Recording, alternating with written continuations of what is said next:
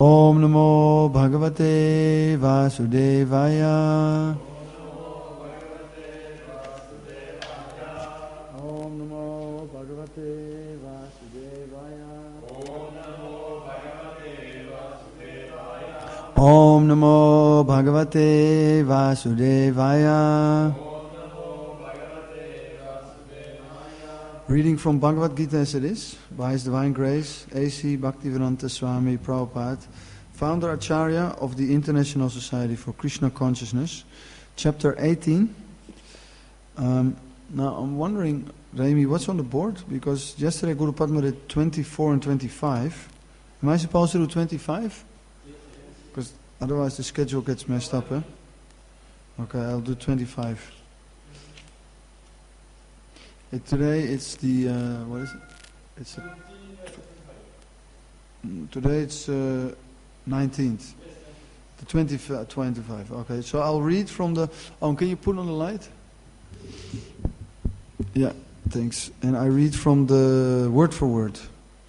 So because it's a little bit different. Like if you look at the first word, that is if in the verse it's pronounced as anubandhaṁ, like bon. But in the word for words is anubandhaṁ. So that's where I'm reading from. Please repeat. Anubandhaṁ, kṣayaṁ, hiṁsām, anapekṣya, pauruṣam, mohād, ārabhyate, karma, yat, tāmasam, ucyate, anubandhaṁ kṣayaṁ hiṁsām, anapekṣya ca pauruṣam, mohād ārabhyate karma, tāmasam ucyate, anubandhaṁ kṣayaṁ hiṁsām, anapekṣya ca pauruṣam, mohād ārabhyate karma, tāmasam ucyate, anubandhaṁ kṣayaṁ hiṁsām, anapekṣya ca pauruṣam, mohād ārabhyate karma, tāmasam ucyate, anubandhaṁ kṣayaṁ hiṁsām, anapekṣya ca pauruṣam, mohād ārabhyate karma, tāmasam ucyate, anubandhaṁ kṣayaṁ hiṁsām, anapekṣya ca pauruṣam, mohād ārabhyate karma, tāmasam ucyate,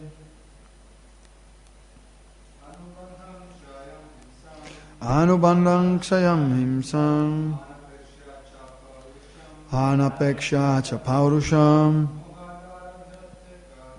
mohād ārabhyate karma, tāmasam ucyate.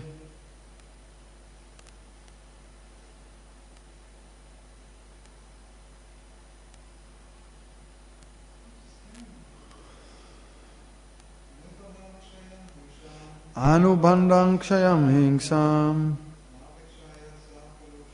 anapekṣya ca pauruṣam, ārabhyate karma, tāmasam ucyate, anubandhaṁ of future bondage, kṣayaṁ destruction, hiṁsām and distress to others, anapekṣya without considering the consequences, ca also, pauruṣam self-sanctioned, mohād by illusion, ārabhyate is begun, karma work, yat which, that, tāmasam in the mode of ignorance, Ucyate is said to be. Translation. That action performed in illusion, in disregard of scriptural injunctions, and without concern for future bondage or for violence or distress caused to others, is said to be in the mode of ignorance. Purport. One is to give account of one's actions to the state or to the agents of the Supreme Lord called the Yamadutas. Irresponsible work is destructive because it destroys the regulative principles of scriptural injunction. It is often based on violence and is distressing to other living entities. Such irresponsible work is carried out in the light of one's personal experience. This is called illusion, and all such illusory work is a product of the mode of ignorance. Om Ajnana-timirandasya Gnananjana Salakaya Chakshurumulitam Yena Tasmai Shri Gurave Namaha Sri Chaitanya Manobistang Stapitang Yena Bhutale Swayam Rupa Kadamayam Dadati Swapadantikam Vandehang Sri Guru Sri Yuta Parakamalam Sri Gurun Vaishnavangscha Sri Rupam Sakrajatam Sakana Raganatam Vitam Tam Sajivam Sadvaitam Savadutam Parichana Saitam Krishna Chaitanya Devam Sri Radha Krishna Padan Sagana Lalita Sri Vishakan Vitangscha. Hey Krishna Karuna Sindhu Dina Bandhu Jagatpate Gopisha Gopika Kanta Radha Kanta Namosute Tapta Kanchana Gaurangi Radhe Vrinda Vanishwari Vrishabhanu Sutadevi Pranamami Hari Priye Vanshakalpatarubhyascha Kripa Sindhubhyevacha Patitanam Pavanebhyo Vaishnavebhyo Namo Namaha. Sri Krishna Chaitanya Prabhu Nityananda Sri Advaita Gadadhar Srivasadi Gaura Bhakta Vrinda. Hare Krishna Krishna Krishna Hare Hare Hare Rama Rama Rama Hare Hare. Anubandhaṁ kṣayaṁ hiṁsām anapekṣya pauruṣam mohād ārabhyate karma yatat tāmasam ucyate. So today we're discussing and you can see also how humble Krishna is. He says yatat tāmasam ucyate, that which is said to be. He's not saying I'm saying it's like this. He is also I don't know exactly, but sort of quoting from Shastra. He's saying it's said to be like that. And we see it in other, I think in the 15th chapter, which is, I'm doing a little bit of an overview. I think the 15th chapter is mainly like a summary of the Vedanta Sutra. And also I think in that chapter, Krishna quotes also some Shastra. He does it many times. So Krishna, of course, he's Supreme Personality of Godhead, but he's also teaching us how to present our arguments. Should always be done, should always be backed up with Shastra. Is said to be in the mode of ignorance. That action performed in illusion. So, if we perform an action in illusion, anybody can think of an action in illusion? I mean, for instance, yeah, but I was also thinking about, for instance, like if you have a military operation, and you might have wrong information, and you act on it, like, the desert, we cross a desert and it's 20 miles, and then it's 200 miles. So you act in illusion, and then your whole army can get lost. They can, because after 50 miles you think like, then you have to go 50 miles back. It's in the desert is hot, it's 40, 50, sometimes more. So if you bring water for 20 miles, then you might end up dead. So like that you can act something in illusion, and it can go very, very bad. Of course, gambling it's kind of a sinful activity, but you could also say that it's an action performed in illusion, because the illusion of that act, as far as I understand, is that you think that you're in control. Most gamblers, they pray to God. I think this is also one of the reasons why God doesn't want us to gamble, because your idea of God gets distorted. You're saying, "Oh God, please give me lucky 7." Like you play dice, give me 2, 5 and a 2, and I will do everything. And then if He does it, usually you forget it actually, but if not, then you're like very happy. And if He doesn't put 5 and 2, then you're like very angry. So this is not really the way to have a relationship with God. Although many gamblers, they do like that. So therefore, it's not recommended for spiritual life to gamble. And definitely you could say it's an action performed in illusion. Then it says, in disregard of scriptural injunctions. I would more put it under there. Because, even the Quran says you shouldn't gamble. So that would be an action in disregard of scriptural injunction also. Usually it's both. Could say it's both. The scriptures, they give us, you could say, like in American, they give us tips how to live. And if you don't follow those tips, then you're going to be in trouble. It's just as simple as that. Like the scriptures that we follow mainly, of course, Bhagavad-gītā and Srimad Bhagavatam.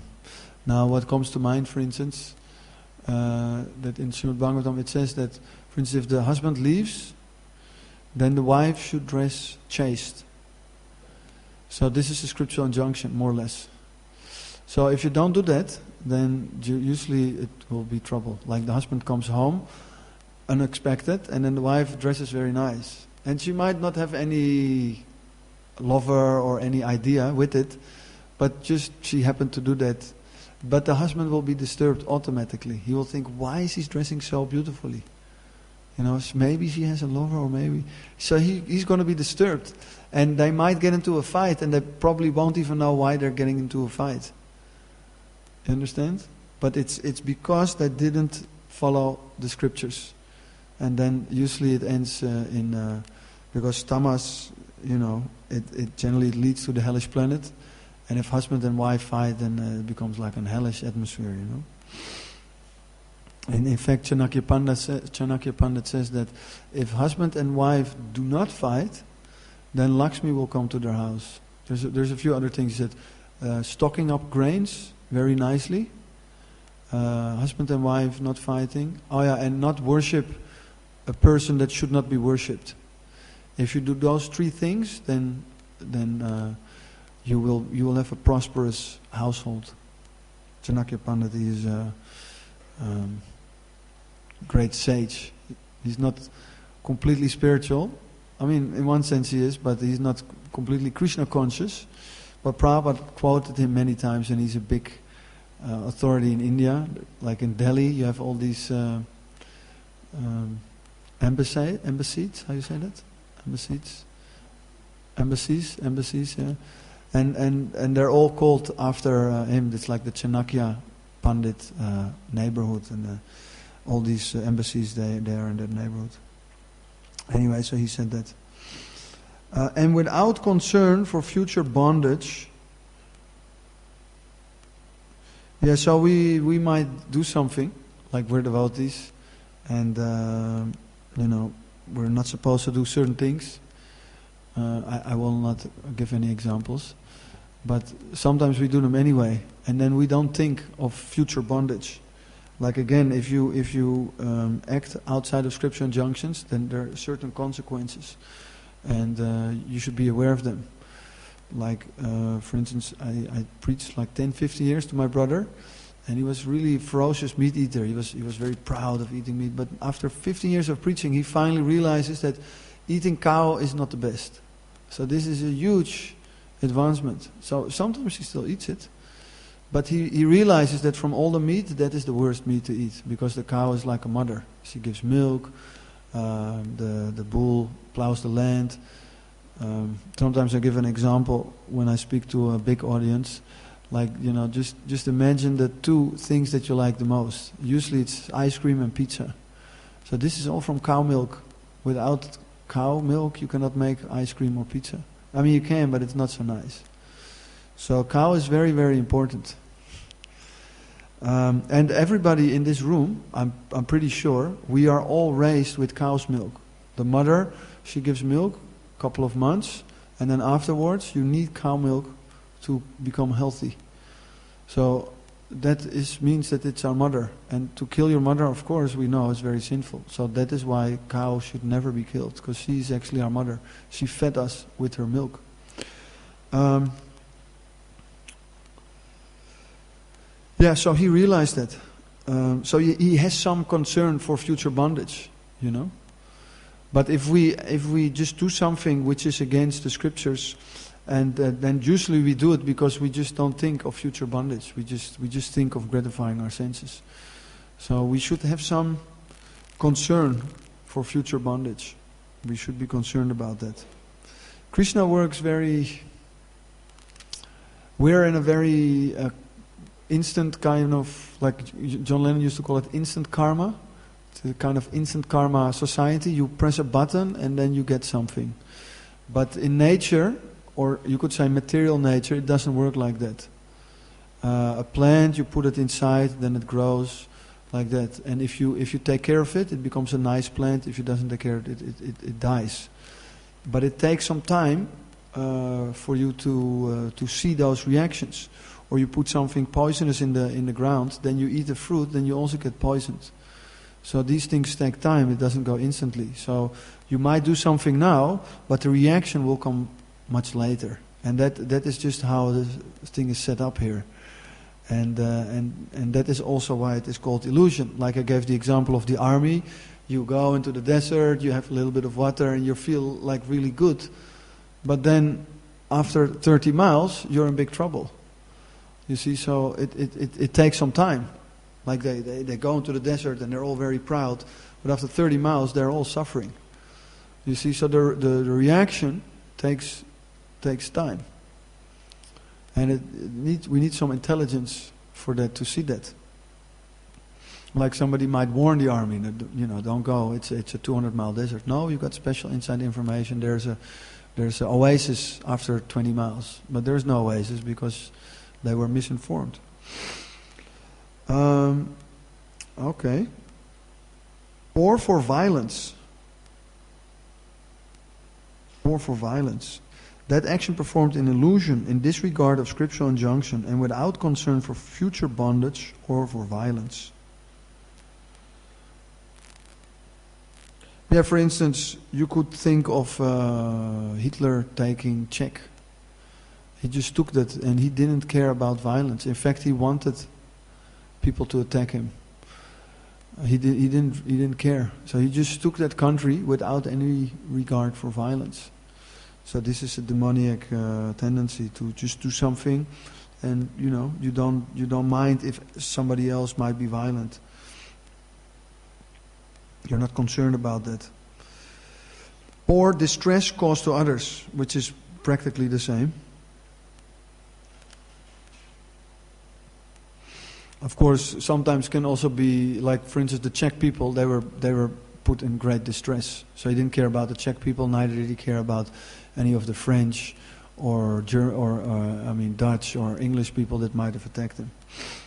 So that action is said to be in the mode of ignorance. Purport: one has to give account of one's action to the state or to the agents of the Supreme Lord, called the Yamadutas. Yeah, so for instance, in Hitler's example, he was the state, but he has to. How does Prabhupada says it here? Give account of his actions to the Yamadutas. The Yamadutas are the agents of Lord Yamaraj, and these are, as Guru Padma yesterday explained, these are subtle beings. You can't see them with your gross eyes. They're a little bit like ghost-like bodies. And you might not know this, but in the Bhagavad Gita, we're now at the 18th chapter, and it's kind of summarized. Bhagavad Gita is explained that we're not this body. Hinusmin yatade kaumanam jovanam jara tatade antara praptir. So that the embodied soul, dehinusmin yatade kaumanam jovanam jara, it goes from kid to youth to old age. And at the end of the body, it goes to another body. This is called reincarnation. But then Krishna also explained in I think it's the 7th chapter, that there is also a subtle body. There is 5 gross elements, and there is 3 subtle elements: mind, intelligence, and false ego. So generally, people know that they have a mind. Thanks, bro. But you can't see it, but it's there. So this is actually, the mind goes along with the soul to the next body. That's actually how it works. And that is also why Why this karma is from previous lives. Because sometimes people say, but I wasn't there, or I don't remember. But the subtle body was there. This body wasn't there. This is another body. You could say it's a new body. But our subtle body was there. Of course, together with the soul. But the soul basically is transcendental. It's just misidentifying itself with different kinds of bodies. Like now I have a Dutch body. Next life, maybe I have another body. Previous life. So like that we identify. So, but the subtle body, it travels along with the soul. And that is taking part in the sinful activities. And that is why we have now this body. It's according to our previous karma. And that is the body that the Yamadutas will take out of this body if we have lived a sinful life. Irresponsible work is and the other Prabhupada it says that if you do any of these actions, because this is pretty gross, because Krishna is talking very gentlemanly, but you have to sometimes read between the lines with Krishna, and this is pretty intense. If you commit violence or you cause distress to others, like if you live in the city and you put music on very loud, the police will come. And if they have to come more than 3 times in a week, you're going out of your house. So you have to answer, you have to give account of your actions to the state. This is how it works. This is the mode of ignorance, to play loud music. Irresponsible work is destructive because it destroys the regulative principles of scriptural injunction. Yeah, so here Prabhupada describes a little bit more practically what Krishna is explaining, that he's explaining irresponsible work. And I explained a little bit mainly about wars that are not fought on religious principles, that they destroy the regulative principles of scriptural injunctions, like, for instance, this famous verse Chatur Vranyam Mayasristram Guna Karma Vibhakasha. So this Aryan race that Hitler wanted to establish, it was based on the body. But Krishna says it's based on guna and karma. It's based on quality and activity, not on body. So it doesn't matter if you're Jewish or black or whatever. If you act like a brahmana, then you should be considered a brahmana. If you act like a doctor, you should be considered a doctor. If you act like a lawyer, you should be considered like a lawyer. In America they have this saying, right? If it walks like a duck and it talks like a duck, it's probably a duck. You don't know that one? It's a little bit like that. Americans are very straightforward, So Krishna is like that too. If it walks like a brahmana, if it talks like a priest, it probably is a priest. Of course somebody can cheat you, but generally, like us, we're following 4 regulative principles, we're chanting around, we're getting up early. These are all Brahminical activities. And if you don't follow it, then, technically speaking, you can't really be called a Brahmana. So we have to be very careful that we at least follow those 4 principles. Otherwise, then the whole thing, as Prabhupada here says, it will destroy the regulative principles of scriptural injunction, and that will be the end of so many other good things. It is often based on violence and is distressing to other living entities. Yeah, so that I explained a little bit. Anybody can give another example of irresponsible work? I mean, I gave the example of a war, but you can't really call that work, no? I mean, a war is like a war. But what is irresponsible work? Stealing could be one of them, of course. Stealing is work. A thief is kind of a job. I mean, we might disagree, but I'm sure thieves say that it's definitely... I know that they have I'm a better thief than you, and like that. They talk like that, you see. So that is based on violence, because usually they pack a gun, not all of them, but usually they pack a gun or a weapon. And it's, of course, distressing to others. It's not only that they steal, but that somebody else has been in your house is such a distress. Because you never know if he comes back, and if you have children, it's even worse. So it gives such a distress. Some people are traumatized for many, many years. Sometimes they even have to change their house because they're so afraid. But the thief doesn't think about this. This is just ignorance. You're just thinking, I just need some money, I just get it, and that's it. Such irresponsible work is carried out in the light of one's personal experience. I don't really know what Prabhupada means with that, I mean, it sounds, in one sense it sounds kind of selfish, but it's a little bit, for me it's a little bit cryptical. Such irresponsible work, so we can give the example of a thief, is carried out in the light of one's personal experience. Well, yes, that's what I explained actually. The thief just thinks, I just need some money. I've got a wife and children or whatever he thinks. I got this car, I need to pay the taxes. And it's not fair, or maybe he went to 10 red lights and now suddenly he has to pay a huge fine. And he doesn't think it's fair. So then he starts stealing. So he only thinks of himself. It's in the light of his own personal experience. So he's like this. I just need some money. He doesn't think the house he enters it's from a man, and he has so many children, and he has a very responsible job and this and that. And if he doesn't think. He only thinks of himself. He thinks it's in the light of one's personal experience. This is called illusion. It's also called Atmavan manyate jagat. Atma means the self, manya means thinking, jagat means the universe. As I think, everybody thinks. Like they say, the scientists say, a dog thinks like that. A dog thinks that everybody is a dog. You see? Prabhupada also gives the example of a frog in a well. Like we want to figure out the universe, and the frog wants to figure out the ocean. He's in his well. And the frog, he's like puffing himself up, like, how big is the ocean? And the frog goes, is it this big? And they say, or is it this big? Okay, this big. You see, but the ocean, it's huge. It's not this big. So we're also, or the scientists also a little bit like that. They're trying to think, how is the universe? And we're on this tiny little planet, and then they're trying to think like it's like this, it's like that, it's like. But a frog can't really figure out how big is the ocean. Can't really figure out what the ocean is, what's inside the ocean. It's just in his little well. So it's a little bit like that. Atmafan manyate jagat. He thinks the well is like this big, so he thinks the ocean, how big is it? Maybe it's this big. You see? So that means Atmafan manyate jagat. He thinks that the way that his well is, that everything is like that. So we also have that tendency that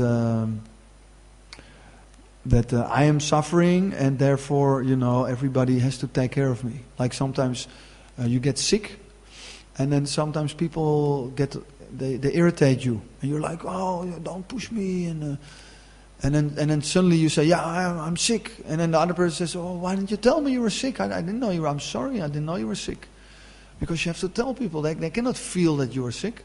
But you are completely sick, and didn't you see that I was coughing and sneezing? And no, I didn't see that.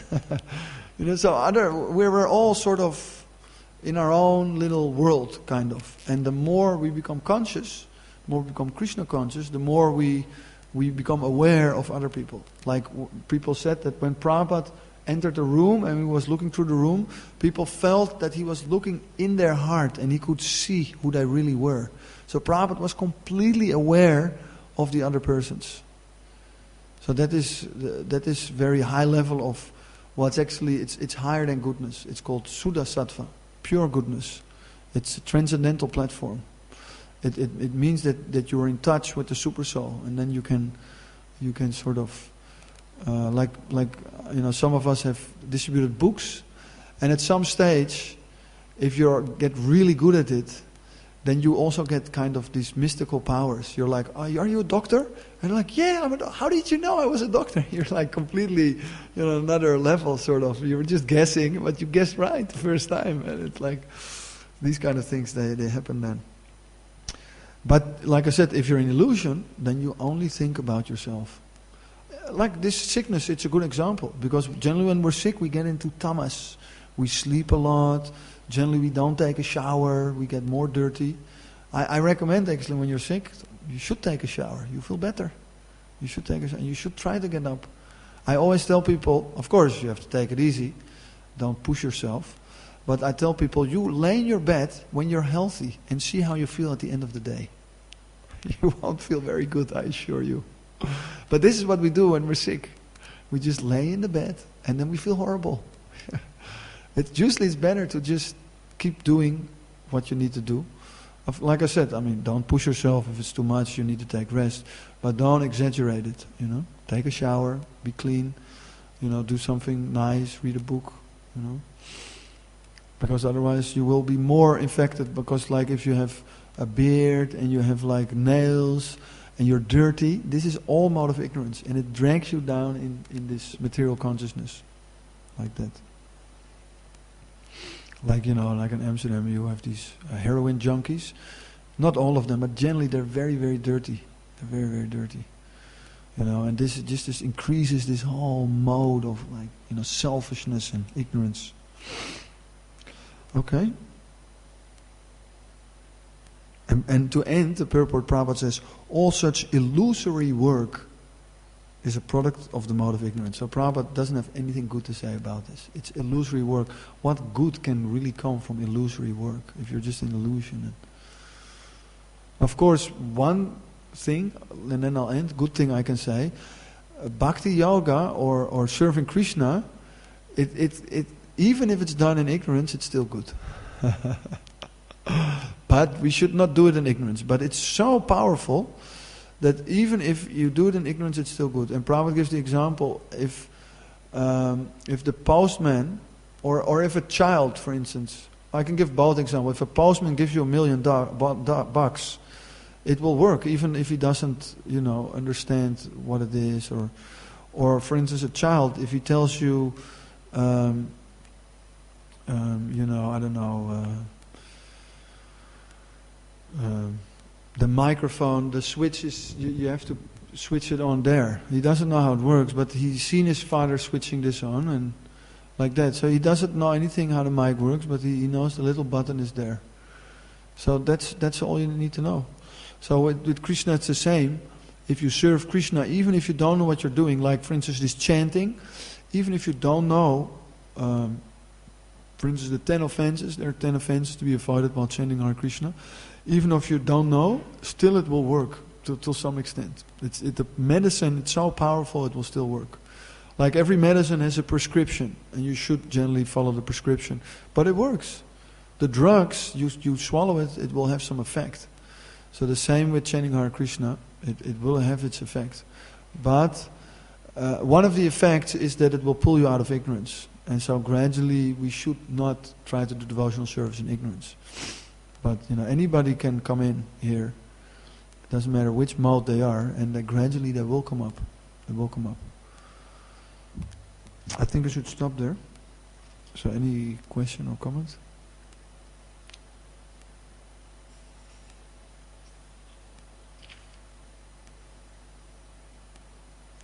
The perfection of renunciation. I forgot to tell you. That's the chapter. Shall we go on or shall we stop?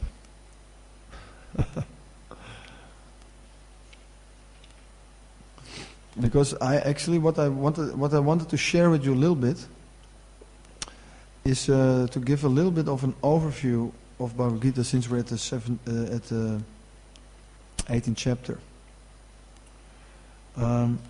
For instance, generally it's understood that Bhagavad Gita is divided in 3 parts. The first 6 chapters, then the 7th chapter until the 12th chapter, which is called devotional service, I think. And then from the 13th chapter, the 12th chapter is called devotional service.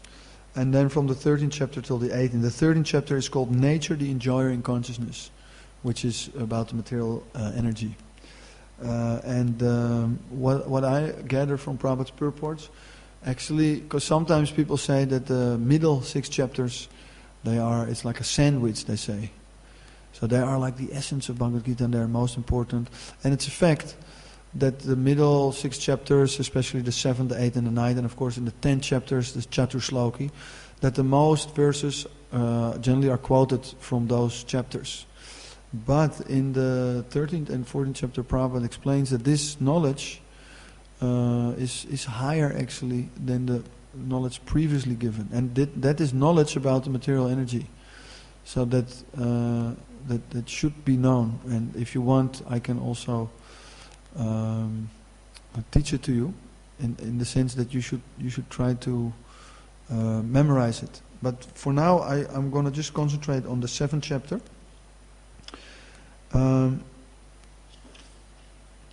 I will just read from the 2nd paragraph. In the first 6 chapters of Bhagavad-gītā, the living entity has been described as non-material spirit soul, capable of elevating himself to self-realization by different types of yogas. Yeah, that's how the 6th chapter ends. Yoginam api sarvesham matkaten antar atmana. I will just read it for you. Bhajatam, no, Shradavan, Bhajate Yomam, Same Yuktatamo Mata. That's the highest yoga. Thank you, Prabhu. So from all these different yogas, karma yoga and jhana yoga, what else we have? Transcendental yoga, transcendental knowledge. I forgot. I have this little Bhagavad-gītā, because Prabhupada doesn't give the Sanskrit of the chapters, but all these chapters are called yoga. Some would have some kind of yoga in the Sanskrit title, but Prabhupada translated them. Yeah, actually very beautiful. But he didn't give us the Sanskrit. I don't know why exactly, but I can give it to you another day. So that was the first 6 chapters about the soul. That the soul was non-material, and that it can elevate themselves by different types of yoga.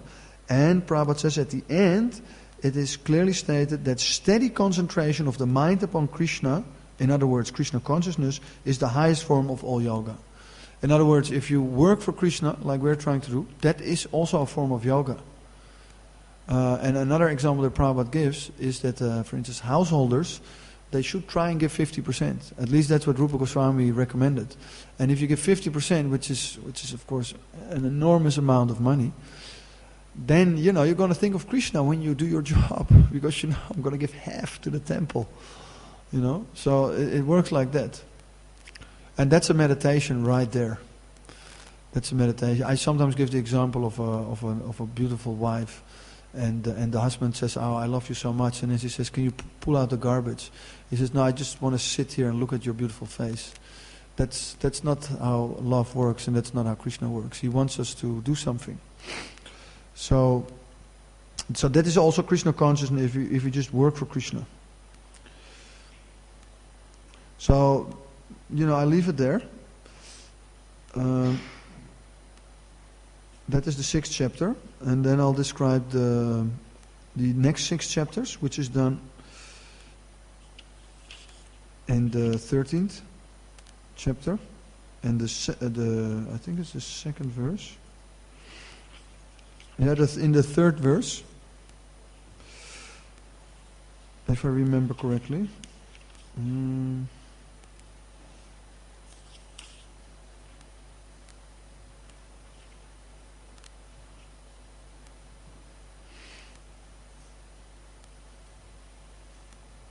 Yeah.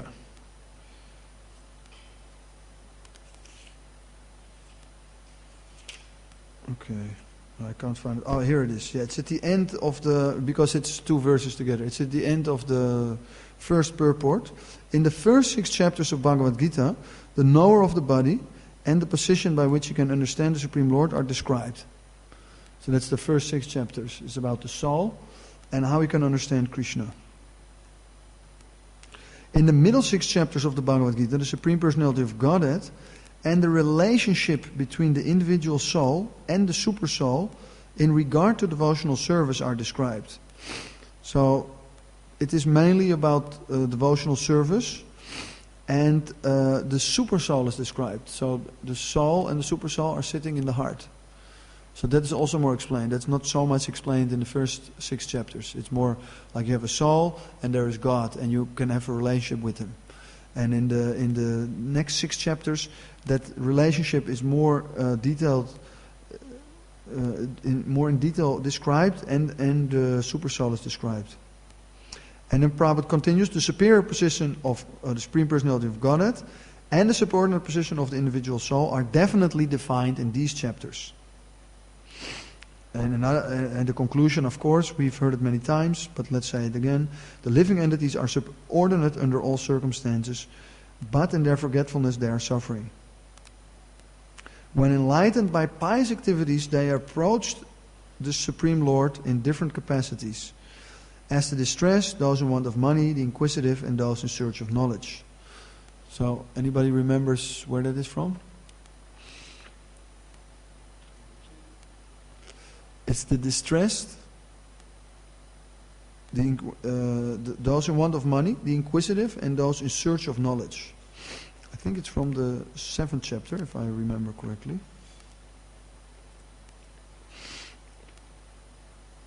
Avayananti mammudha.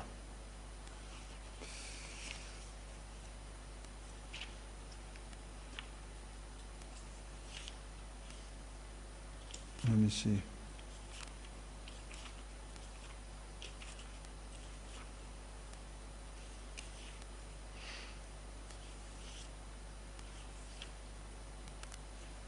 But I'm in the 9th chapter. No, I think it's in the 7th.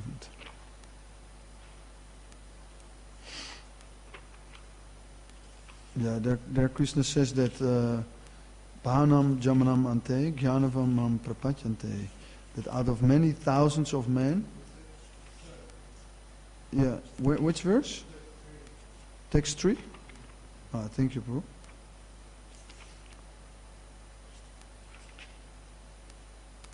No, yeah, that verse I was just quoting, but I just have to look it up in the verse index because I'm a little bit rusty. But this is a good way, this is a good exercise, you know.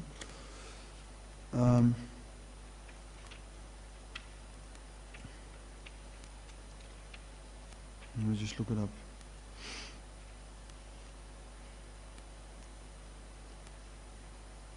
Chaturvida bhajanti mam, I think it's that one. Right? 7:16. Is that it? Yes. Yeah. So that's important. We should know that. 7:16. You should know this. This is a very important verse, and you see how Prabhupada again he refers back to it. So I can repeat it one more time: the distressed, one who wants money, one who is inquisitive, and one who's searching for knowledge. They approach God generally, and then Krishna also gives those who don't approach God. Yeah. There's also for people who are grossly foolish. Foolish people don't approach God. Who are lowest among mankind. So like really gross people. Whose knowledge is stolen by illusion. These are generally like scientists. They also don't. Most scientists are atheistic. Maybe not most of them, but many of them. And who partake of the atheistic nature of demons. So people who are demoniac, they also don't take to God. But this is all described in the 7th chapter. That's from 7:15. So that Prabhupada explains. But, and that is I think also in the 7th chapter. Let me just look that up for you, because that is a very, very, very, very important verse. I know it, yeah, it's 28, 7:28. Yesam tvantakatam papam yaniyam punya karmanam. So, that means persons who have acted piously in previous lives, and in this life, and whose sinful actions are completely eradicated, they will, what will they do? Bhajante mam dridaha fritaha. They will serve me. So you have to stop with sin. And that is what we just discussed about. With these 4 persons, they are quite pious already. So you can't really enter, actually, this temple unless you are finished with sinful life. It's basically that simple. So anybody who comes here already is a very special person. And Prabhupada, of course, he taught us that we should treat everybody as Krishna's guest who comes here. Not as our guest, but as Krishna's. We're just Krishna's servants. That's the philosophy. Now, starting with the 13th chapter, how the living entities come into contact with material nature, and how he is delivered by the Supreme Lord through the different methods of fruitic activities, cultivation of knowledge, and the discharge of devotional service. In other words, karma yoga, jnana yoga, and bhakti yoga. So that is explained in the 13 chapters and onwards. And then I think also in the 14th chapter, Prabhupada says something more, and then I'll more or less conclude. You can chant a little bit if you like. It's a very... Oh yeah, so one thing I want to give you, especially Remy, because he's very, how do you say? He wants to advance very quickly. So you should study 6, 7. 13 verses 6 and 7. Mahabhutani ahankaro buddhiravyaktam evacha indriyani dhaishaikam cha pancha chendriya gocharaha. So I'll just try to explain this quickly to you, because this is very, very important. Because it's explained that we are actually in a prison house, and this is how it is constructed. There are 5 great elements: earth, water, fire, air, and ether. There is false ego. So this is read from 13, 5, 6 and 7. There's false ego, intelligence. Then it's called the unmanifested. Then the 10 senses and the mind. The 5 sense objects. And then there's some more. Desire, hatred, happiness and distress. So you have desire or lust. And then you have hate. And then you have happiness and distress. This is all material kind of things. And then the aggregate, everything together. The life symptoms and convictions. This is the field of activities and its interactions. So it's a very, very technical. I can just at least... I'm sorry? It's page, 645. Sorry, Prabhu. So I will summarize it for you quickly. This is how you can remember it. Because this is basically about the creation of the material energy. So the way to remember it is you have earth, water, fire, air and ether. In that order. Earth, water, fire, air, ether. And these are related to the senses and the sense objects. Try to follow. Now I'm going to take it in the reverse. So it actually starts with ego. Like I can explain one more thing, and then I'll explain it in more detail. The universe, it's surrounded, according to the Srimad Bhagavatam, by minimum of 8 layers. And every layer is 10 times bigger. The first layer is the layer earth, and it's 10 times bigger than the universe. Then the second layer is earth, water, then fire, then air, then ether, then mind, then intelligence, and then false ego. So we're packed up like that. We're packed up.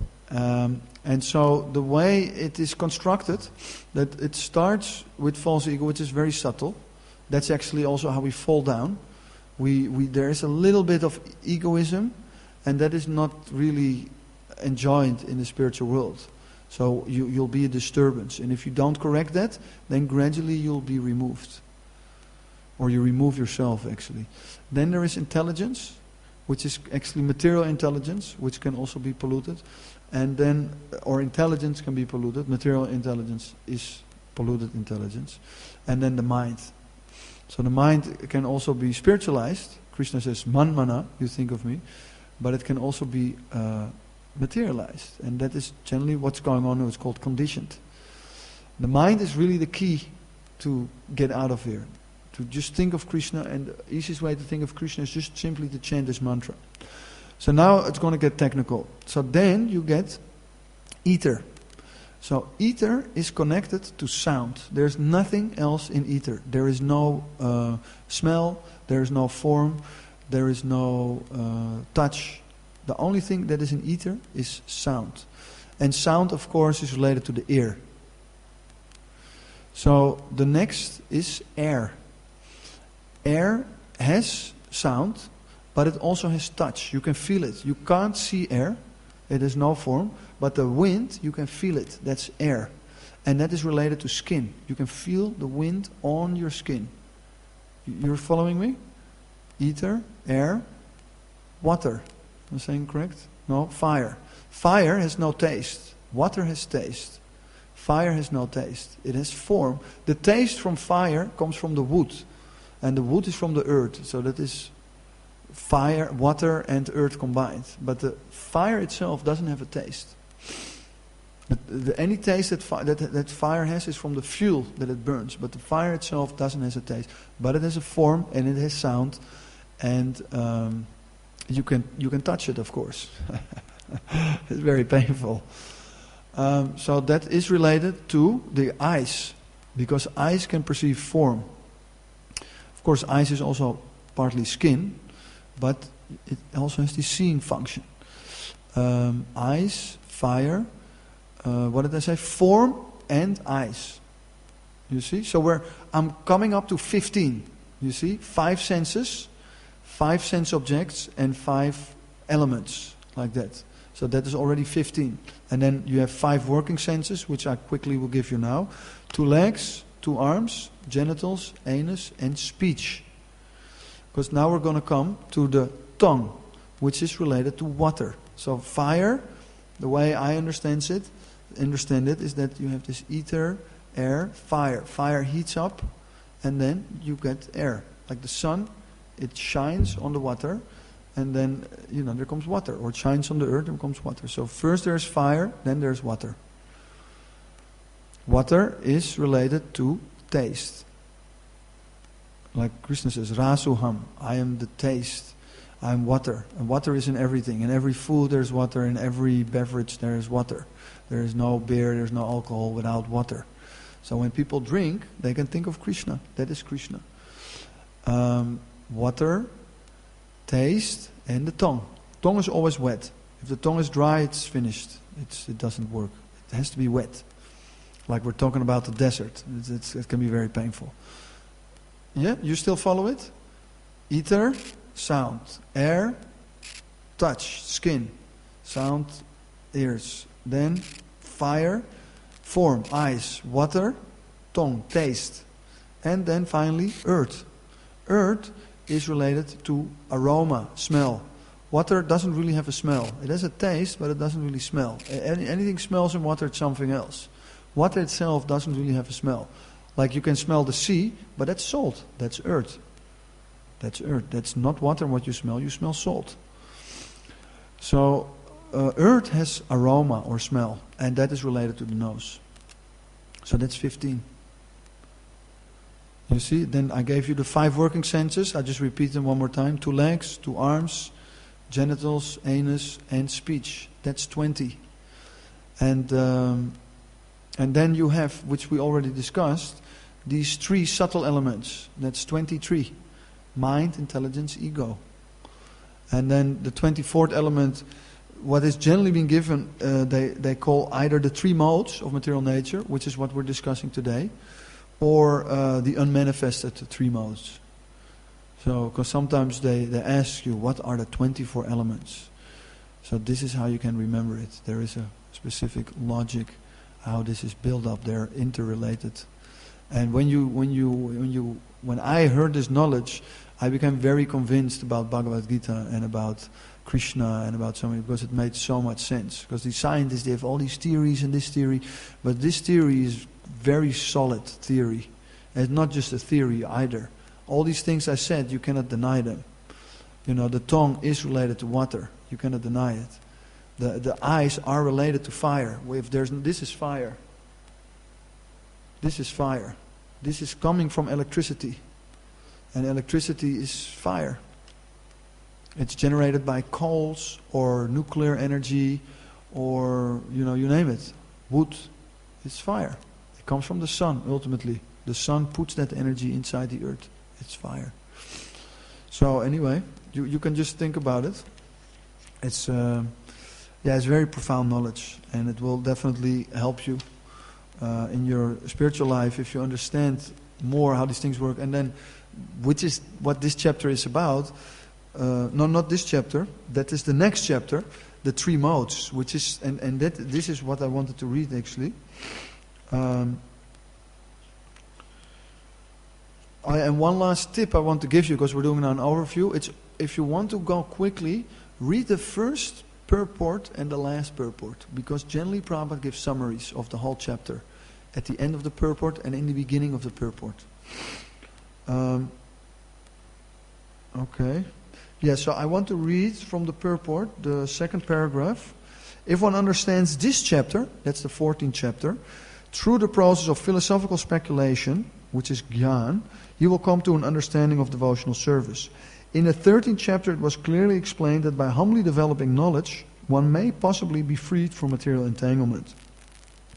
It has also been explained that it is due to association with the modes of nature that the living entity is entangled in this material world. Yeah, so we're talking about these three modes.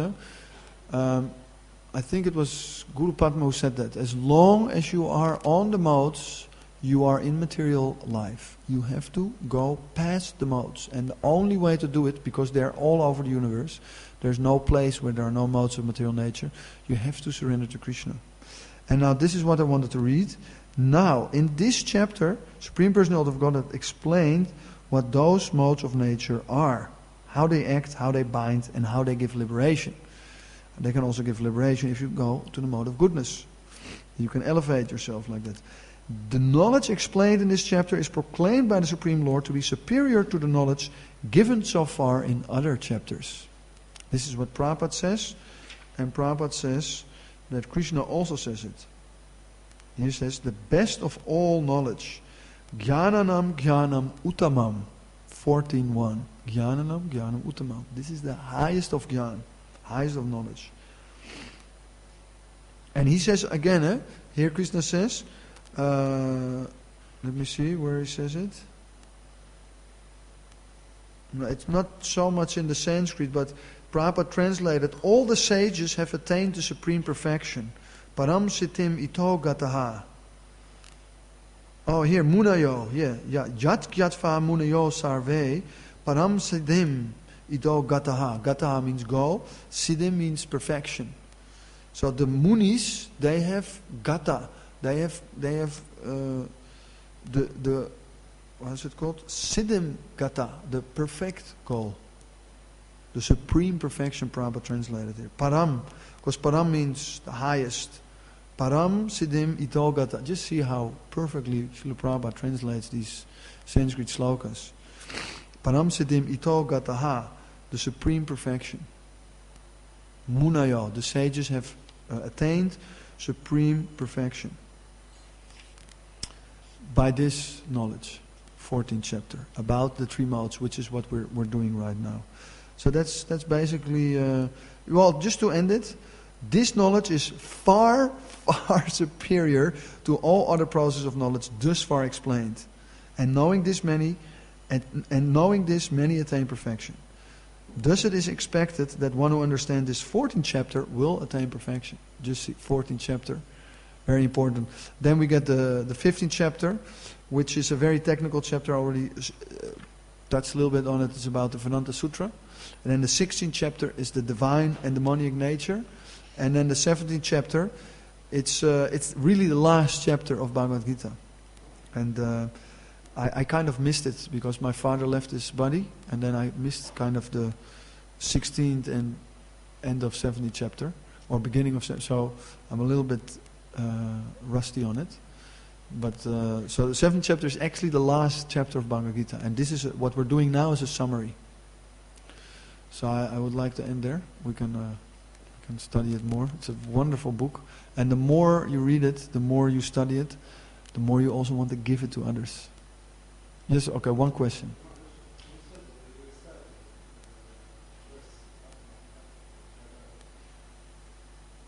Oh, Atmavan Manyate Jagat. Yeah. Atmavan. Atma means mine. Atmavan. Manyate.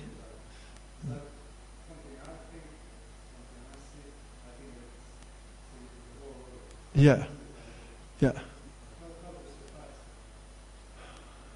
Atmavan Manyate Jagat. Well, we discussed it. It's kind of a mode of ignorance mindset. So, of course, Krishna consciousness is very powerful. That's the quick answer. Just chant Hare Krishna. But you have to come to the mode of goodness. And then you become more of an observer. Which is what I was trying to explain, that Prabhupada would just look into a room and he would touch everybody's heart. So you become more of an observer. In mode of passion, you're like this, you're working. And you might be working for others, but you're still kind of busy with all kinds of things. So you have to come to the mode of goodness. And then you start to see there's all different persons here, and I have to relate to them in a different way. Like if you look at Jayananda, he was Prabhupada, he related with different people in different ways. So this is a sign of a devotee on the medium platform, which is actually a quite elevated platform. It's called the preacher. So yeah, main thing is to realize that you are a servant of Krishna. Then immediately this atmavam mayate jagat, it actually disappears immediately. But to fully realize it, we need to practice every day. I can only tell you as much as I know. Hare Krishna. Okay, we'll end there. Thank you very much. Hare Krishna. Hare Krishna. So Santusha, you're busy? Oh, Krishna. Okay. So anybody would like to chant bhajan?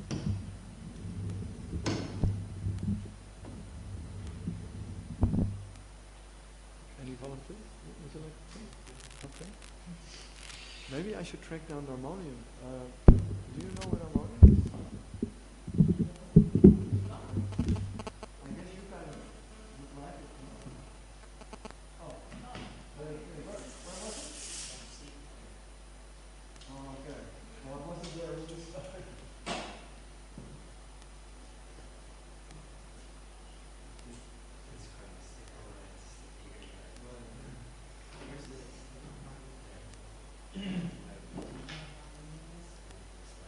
Yeah, it's slide it through the door. Like it has ears, you know. Maybe it has ears. You play harmonium?